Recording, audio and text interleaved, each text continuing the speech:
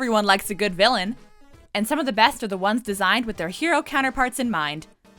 But guys, when the first "We're not so different, you and I" was penned, I don't think this is what they meant. I cannot be the only one driven crazy by this, right? You see it too?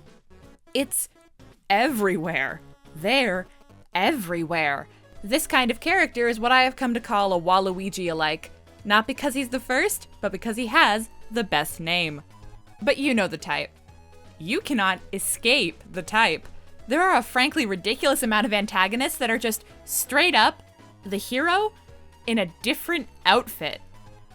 Mario and Wario, obviously, Luigi and Waluigi, Link and Dark Link, Mega Man and Dark Mega Man. Did you know there was a Dark Mega Man? I didn't, but I knew a game that old had to have one, precedent Dark Sonic. This curse was cast on me a few months ago when I saw what comic-accurate Black Adam looks like. Who is Black Adam? It doesn't really matter because you know all you need to know when I show you that he's Shazam with elf ears. This is the same guy. I don't know why I hadn't really thought about it before. Maybe I was just used to it, but when I started looking, it was everywhere. TV, movies, games, mostly video games. It is everywhere in video games.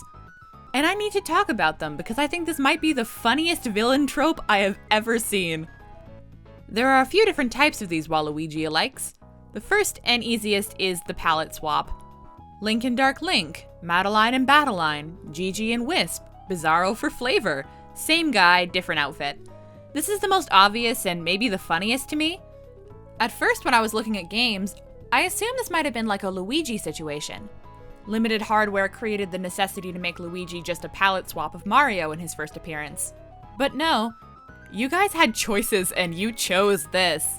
Some designer made Evil Crash a real Crash Bandicoot character. I love it. Sometimes it's like a whole evil mirror society. The Fairly Odd Parents, for example, and their anti-fairies. I see a lot of these with exact opposite personalities. Literally with the anti-fairies in Bizarro. I get having a villain be the narrative opposite of your main characters, and this can work. But for some of you, I'm looking at you, Dark Link, I have to wonder why they did this. Explain yourselves. Or someone explain for them in the comments section, please. I cannot read 4 wikis of Zelda lore. Then we have a slight design evolution.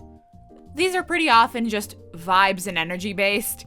Wario and Waluigi are so physically different to Mario and Luigi that if they were renamed like John Criminal and Longman and changed their outfits, no one would make the connection. It is sheer commitment that makes them who they are. I wonder if Man-Bat is like that. Like, from the name alone, he has to count, right? I think it's the same zone as Spider-Man and Venom. Like, it's pretty close. Man-Bat was 100% just created in my mind so they could use the name Man-Bat as a Batman villain.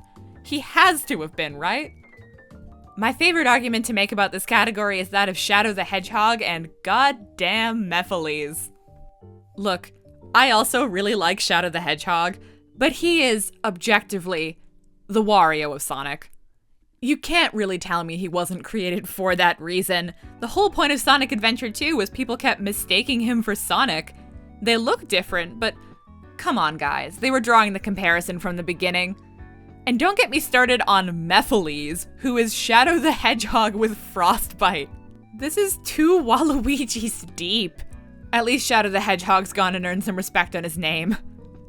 There's also this weird trend of, if the main cast is like a group, making gender bend opposites of them?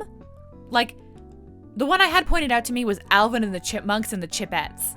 And yeah, no, that's totally right. That's just Alvin and the Chipmunks again. They just smuggled their main cast into appearing twice. It's the same thing with the Powerpuff Girls and the Rowdy Rough Boys. Same guys, but gender bent and full of hate.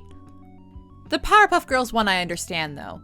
They have this rotating cast of evildoers, and it kind of makes sense that one of them would have decided to try and replicate the experiment that made their greatest foes, if only to have like an army of their own making.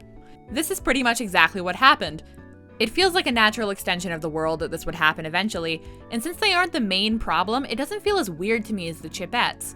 They're a welcome new take when they show up on screen. On that note of it being used well in the Powerpuff Girls, This isn't a bad trope. I obviously don't dislike it because I think it's really funny. But no, I think this can be used for really good stories. Celeste is my favorite use of it ever. Battleline is just Madeline in a different color, yeah, and it's pointed out, because it's the point. Battleline in the story serves as Madeline's inner demon, a battle with herself. She's what Madeline considers to be the worst parts of herself, the parts that want her to back down, to give up on this mountain. But to really make it to the top, she has to accept her. That's profound storytelling with this very silly villain concept. If you replaced Battleline with a random mountain threat, or like, Vanessa, girl who lives here and is very mean, it wouldn't feel nearly as impactful.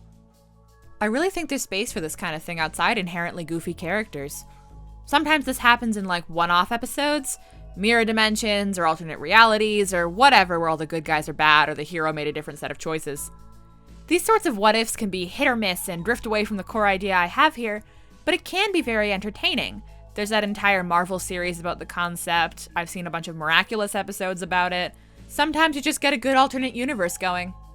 But I don't really think it matches the guts a storyteller has to have to dress their protagonist in black and pass them off as the villain. Do I think this is a good way to write in most situations? No. Is this objectively hilarious? Yes, absolutely. There is a reason people still make Waluigi jokes. The idea is beautiful. Simple. Perfect. Incredibly stupid. And I've definitely missed a whole bunch of them because I keep thinking of new ones to add mid-script and recording. If you have any I haven't said today, please let me know. I love these things and I need to make a list. Anyway, that's it. Like and subscribe, hit the buttons, do whatever else you need to do. This is a bit of a weird video for me, so I hope you enjoyed. Thanks for watching, and good night.